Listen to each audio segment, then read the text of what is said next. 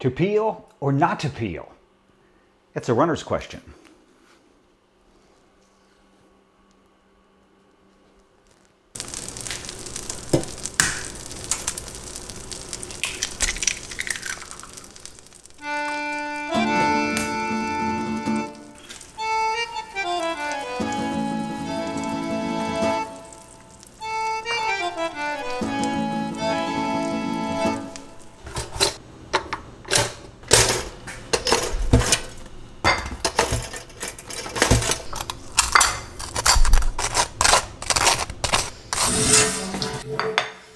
Hey, good morning, or I guess I should say good day.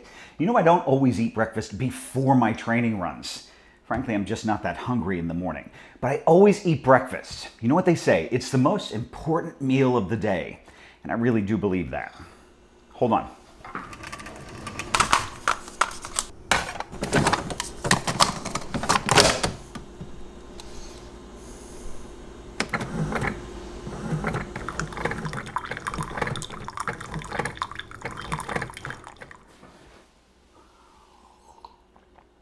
That's better. I always need my coffee.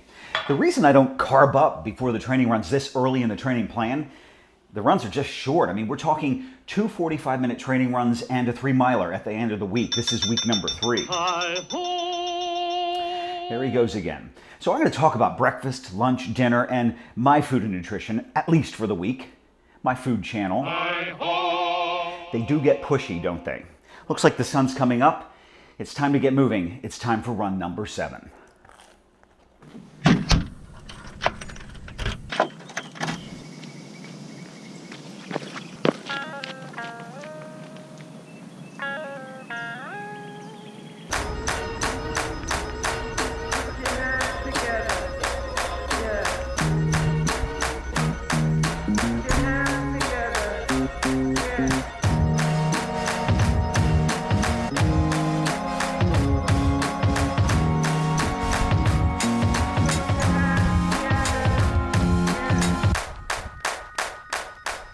You know, like a lot of people, I have a really complicated relationship with food.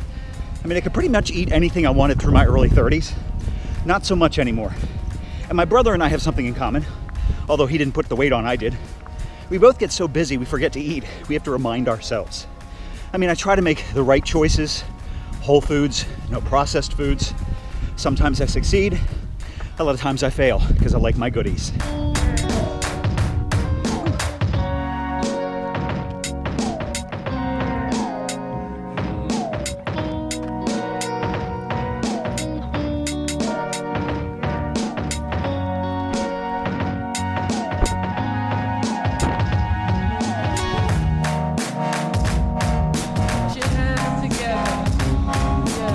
Our dietary needs definitely change as we get older and as we add activities. Running, cycling, weight training. I can't do the cycling. A lot of runners have specific foods they love. Bananas, almonds, those little cheese and chip things in the Run Disney box. I found a couple of great lists, really runner-specific food, and I'm gonna share those. First, I've got to finish up this run, got to prep for dinner. I'll meet you in the kitchen.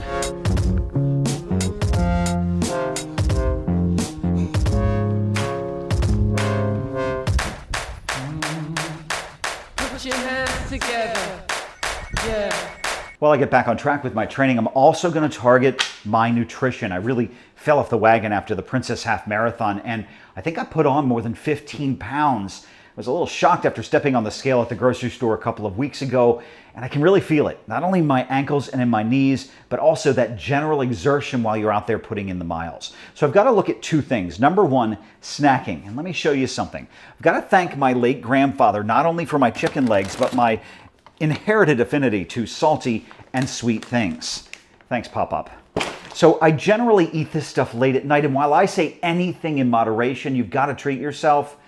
Eating snacks right before you go to bed is probably not the best thing. First thing to work on. Number 2, I've got to clean up my diet. Now I'm going to try to get the dairy out of my diet because it doesn't agree with me, and I'm going to limit my bread and fat intake. Although you've really got to have some of that in your diet when you're doing these Run Disney challenges. So I'm going to do this one dish at a time. Let's look at a recipe my aunt gave me a couple of years ago. This was a one-pot pasta tomato spinach dish, I believe from our former First Lady, and I really didn't like it at first, the way that this recipe was written, because they have you cook your pasta in the sauce, and it leaves it a bit gritty, and it leaves it somewhat starchy. So I would say cook your pasta separately. Let me go grab the stuff I need.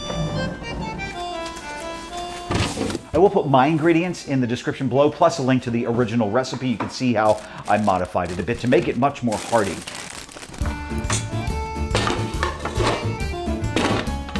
Now first off, grab a pan and put it on the stove. Get it heated up on medium to medium high with about 3 tablespoons of olive oil. I use a little extra. They say olive oil is great for you, that Mediterranean diet thing, and I'm using a lot of vegetables.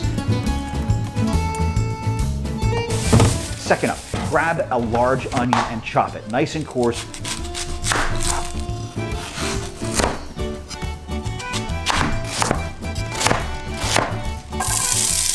Throw it into the pan. Now the original recipe called for a cup. I say use a whole onion. Also 6 cloves of garlic, and you want to smack them, get them out of the skin. Chop them up fine, throw them in the pan. Remember, while you want to get it nice and soft and caramelized, don't walk away from it like I did a little bit ago, because it will quickly start to burn. Here's how I made it a little bit heartier. 2 or 3 large carrots. Wash them, peel them, and chop them up nice and fine. Toss them into the pan. And then finally grab a pound of mushrooms. Now you can grab whatever mushroom you want. It can be a white mushroom like these. Rinse them off. Chop them up fine, throw them in the pan. You can also use baby bellas or portobellas, which tend to be nice and beefy. Now I like to get this all nice and soft and simmering down, and this is the point where I like to put in some of my spices. A little cracked pepper, some coarse kosher salt, also about a ½ teaspoon of dried oregano. You can add seasonings to your taste.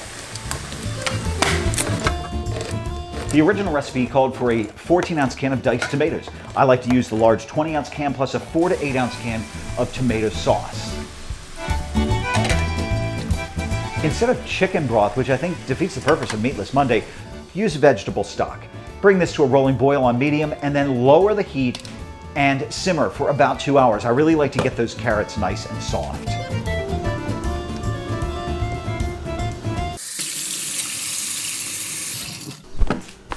Man, is it sticky this morning.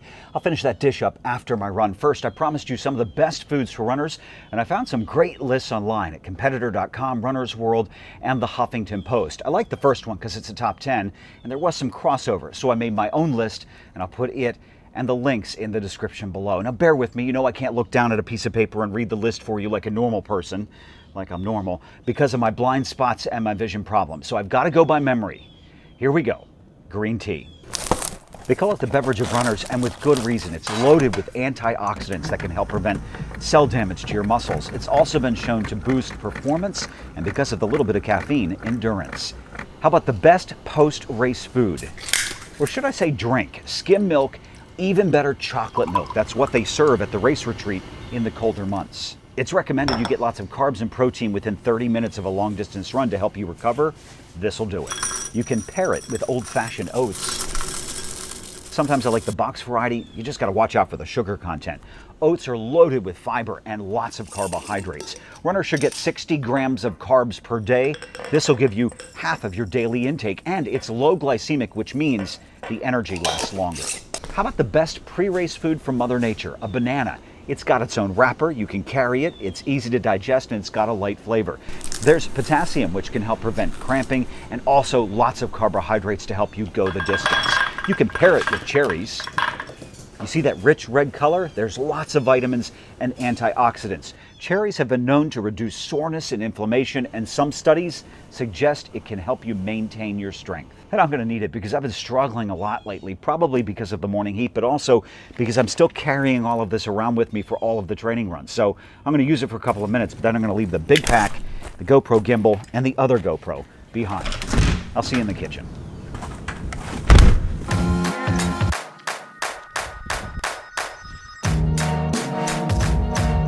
Put your hands together.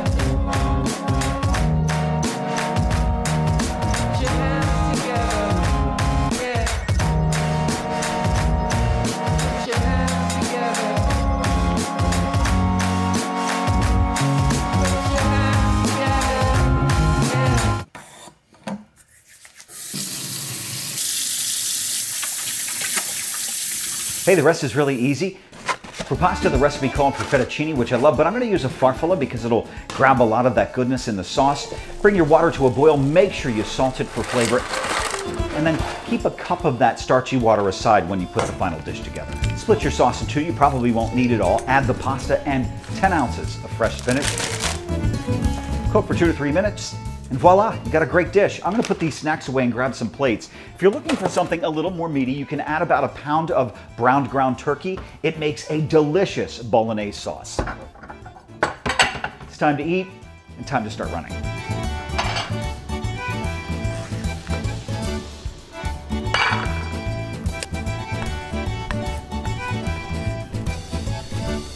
Five, four, three, two, one. Workout started. Put your hands together. Yeah. Put your hands together. Yeah.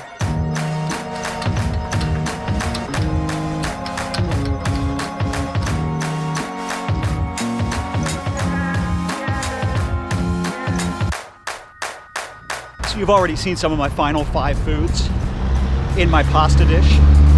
As I talk over the traffic noise, you've got whole grain pasta. Great for carbs and protein.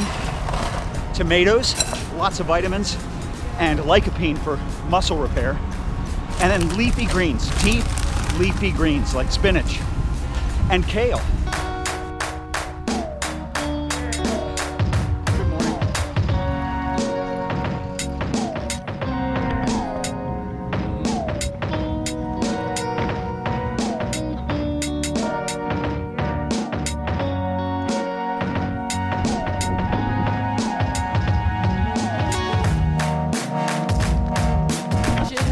Kale, one of those superfoods with vitamins and fiber and I think some protein, and I like to use it as a base underneath my proteins, like salmon, which is loaded with omega-3s, great for heart health. And I'm replacing the final item on the competitor.com list of soy because I'm not really a fan, with eggs. Love them. Omega-3s, good protein, great for breakfast. Speaking of which, I'm hungry.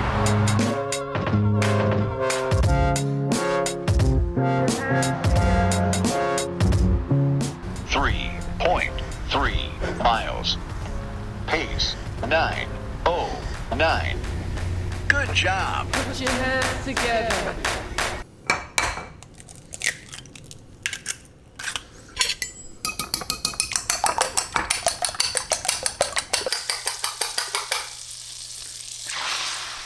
Hey, you hungry? It ends where it begins. Body made in the kitchen. I'm not overly concerned about the calories. I know they're going to get burned off. Check out this week's routines. I did 3 training runs, 12 miles, plus I did 3 full rounds of weight training. I hit every major muscle group. And here's my reward, the final items from the lists. You got mixed berries. I'm going to talk about that and my Vitamix a little later in the summer. Almonds. And dark chocolate. Now the coach loves all of the running food. You just can't have the dark chocolate. You want some eggy or banana? Banana. He's like my little minion. These are the fuels that keep me going, and remember, you can keep me going. Hit that subscribe button, give me a thumbs up, leave a comment below, or maybe a question. I'm still working on that Q&A for down the line. I'll put a full list of the instructions in the description box. Next time, going old school, just me, the road, and running. Hey, come on, here's your banana.